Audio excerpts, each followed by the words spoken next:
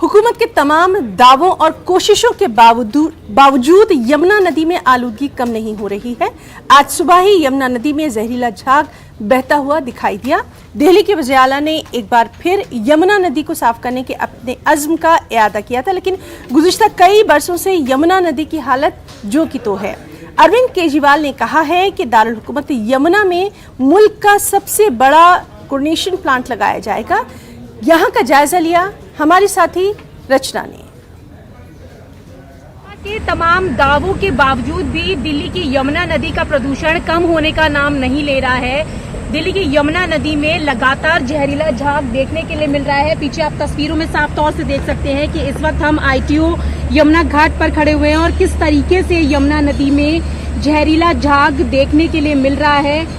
हालांकि दिल्ली के मुख्यमंत्री लगातार यमुना को साफ करने की बात करते रहे हैं और एक दिन पहले ही उन्होंने यमुना नदी को साफ करने की बात कही है, लेकिन हालात जस के तस बने हुए हैं। अरविंद केजरीवाल का कहना है कि सबसे बड़े क्लोरीनेशन प्लांट के जरिए यमुना के प्रदूषण को कम किया जाएगा, जिससे यमुना तो साफ होगी ही, पानी की कमी भी दिल्ली में पूरी होगी। लेकिन जिस तरीके से लगातार जहरीला झाग यहाँ पर देखने के लिए मिल रहा है, सबसे बड़ी बात यह है कि ये जहरीला पानी जो है वो कई लोग पीने के लिए मजबूर है, जिसके चलते कई तरीके की बीमारियां बच्चों और बुजुर्गों में भी देखने के लिए मिल रही है। सरकार दावे तो करती है कि यमुना नदी को साफ कर दिया जाएगा।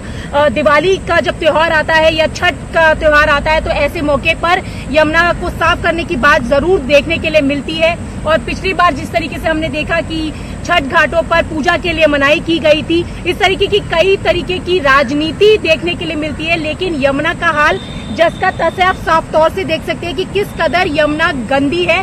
तो ऐसे में सवाल ये उठता है कि दिल्ली के मुख्यमंत्री अरविंद केजरीवाल दावे तो करते हैं, क्लोरीनेशन प्लांट के जरिए यमुना को साफ करने की बात तो कर रहे हैं, लेकिन आखिरकार ये जमीनी तौर पर कब तक पूरा हो पाएगा।